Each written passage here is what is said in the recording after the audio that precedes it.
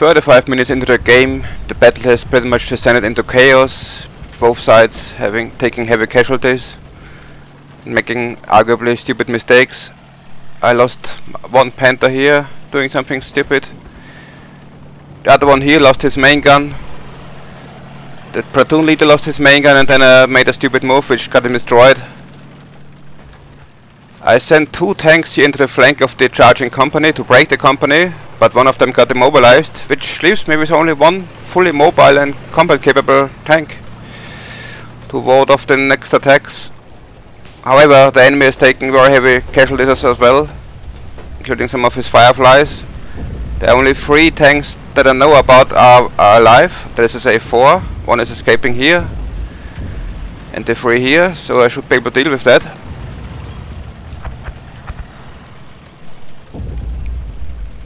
The enemies, my opponent is leaving his company out here in the open for way too long. If I can manage to pin him for 1 or 2 more minutes. Where is he? I will be able to bring artillery down directly on him via target reference point, so there will be no spotting around. 2 minutes and those guys will be gone. All you need to do is stay there. I don't know if he has any more reserves, but it seems pretty bad. The company on my right got slaughtered, routed. I don't think any one of those will be willing to come back. And if they are, this Panther, the immobilized Panther, may be able to cover this flank. We will see how it goes.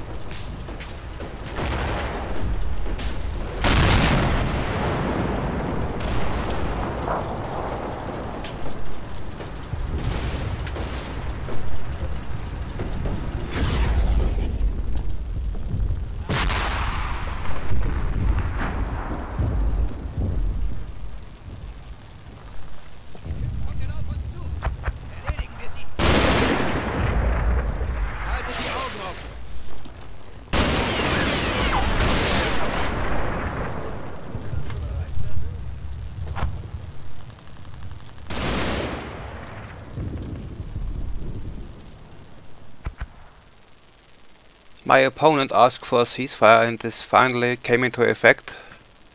Both sides had rather heavy casualties, but the British lost very many tanks.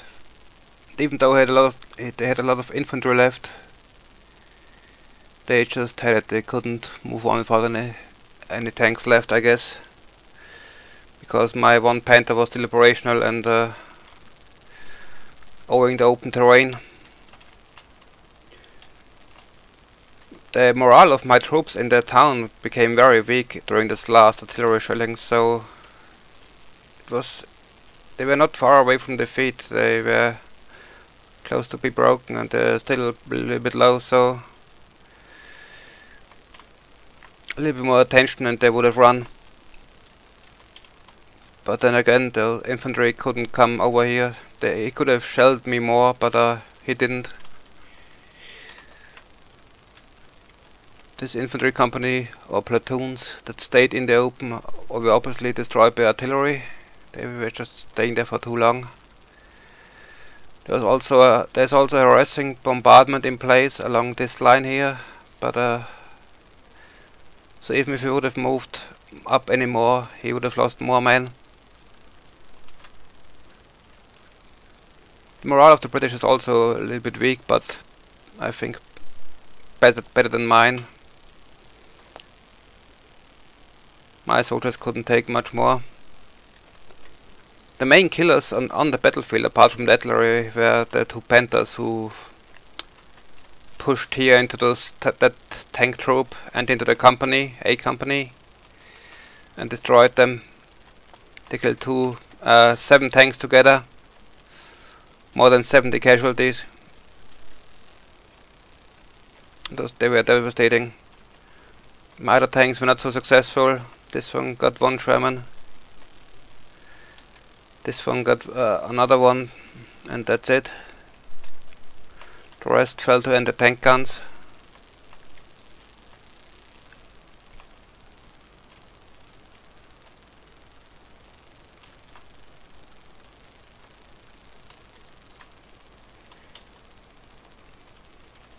My plan kind of worked. It could have been better. It was a bit passive. I wanted him to poke his nose over the ridge, get one in the nose, and then cause him to be more cautious, more careful. Should have massed my tanks. I could have put them all together in one full platoon and moved them together. Maybe even move up the ridge and dominate the ridge with the tanks. But then again, my flanks would have been wide open perhaps, and they had lots of Fireflies. I expected a full squadron, and I think it was a full squadron of Shermans. And it was a bit risky, so I decided to be more passive. And I was kind of unlucky because 2 of my tanks got their main guns disabled. So did this Sherman here.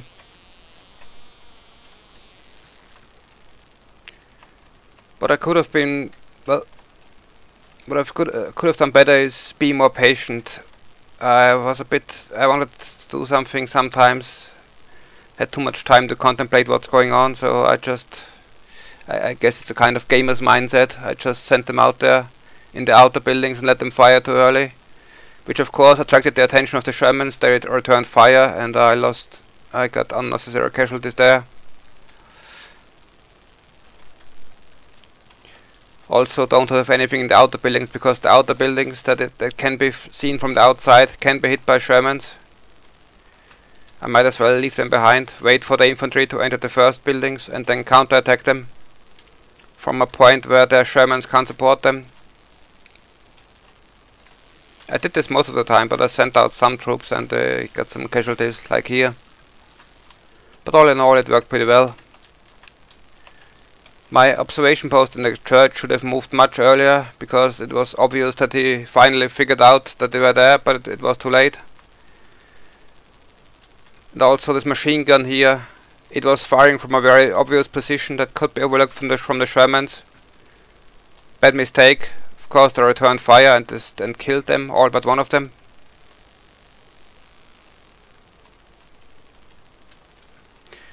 And maybe don't leave all the troops in the in the attics or in the basements because they take more infantry casualties. I should have kept more command reserve, but at the end I wanted some extra observers to call more artillery missions in, so I moved them all up, and since they were all on the top of the buildings and vulnerable to artillery, they took some casualties during this artillery barrages.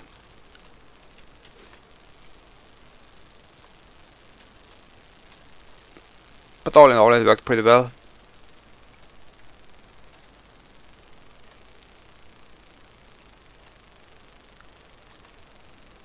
Only 1 and 2 casualties now and then. I mean caused by my infantry. The main killers were really those 2 Panthers on the right flank. Anything else did hardly anything except for pinning them down. I think my opponent came in too much piecemeal with his Shermans and maybe in the wrong places. What I might have done, what I maybe would have done, is strip all the brain carriers of their command stuff. They can walk, they're not that they don't have to be that fast. I think he had like 10 or 11 brain carriers. Put 1 or 2 platoons on them, preferably with the best troops, and keep them as a mobile reserve. Then maybe move up this ridge with a full squadron of tanks, or maybe at least a squadron -1. You know, they have some concealment. They are not overlooked by my right hand forest, so they can get into line here, move up to the ridge into hull down, and overwatch this position and the town, while perhaps 1 troop pushes up here into the forest with the brain carrier platoon and push into this forest and get at them from behind. I would not have expected this, and it didn't occur to me, but looking at this in hindsight, I think that would have been a viable course of action. There would have been 1 platoon in my back in the forest, and I would have to do something about it because this forest came very close to the town. It was a very good, I think it was a very good avenue of approach. I could have moved my tanks against it, but then there was the overwatch from the ridge. There could have been the overwatch from the Shermans, so that would have been dangerous. And on top of this, I might have moved. Well, perhaps he could have used his whole squadron -1 platoon up here, and while this 1 squadron moves into position here, another platoon moves like he did from behind at the same time. So if I have moved my tanks to against the ridge, and he would have seen them moving, then this 1 platoon or other troop could have moved in onto the tanks from behind, depending on circumstances. I think that would have been that might have worked pretty well, maybe not. His artillery bombardments were very successful. The bombardment of those 2 forests here killed all my advanced troops, or most of them. He also had target reference points in this forest, which I think he didn't use, because he didn't find any of my enemy there, or maybe he just didn't get good observation. And another one here, which I guess he used later in the game, during that last shelling, which was somewhat successful, especially on morale. But it should have come earlier, much earlier. Also a small point that I saw, he used artillery to blind this tank here, which was in this position with smoke, which is a waste of time, because it takes minutes to get the artillery down. He had tanks and 2-inch mortars overlooking me. They could have blinded him with smoke much easier. Direct fire and immediately. There's no need to waste time with planning artillery indirect fire. That is pretty much it. My opponent didn't have an easy task because, well, I had Panthers, 5 of them, and they had to come over fairly open ground. My anti-tank guns were positioned in nasty positions, which can only be seen once you get closer to the town, and often they fire from angles into the enemy tank's flanks, which they did, like this one here, against this tank. Also this one against the tanks here, although he found this one and charged it with the Firefly. Not sure if it was worth it, but in the end it worked. Yeah, it was a tough decisions to make for him. I couldn't have done much better, but yeah, that is pretty much all I have to say. Good game. I hope we can repeat this, changing sides.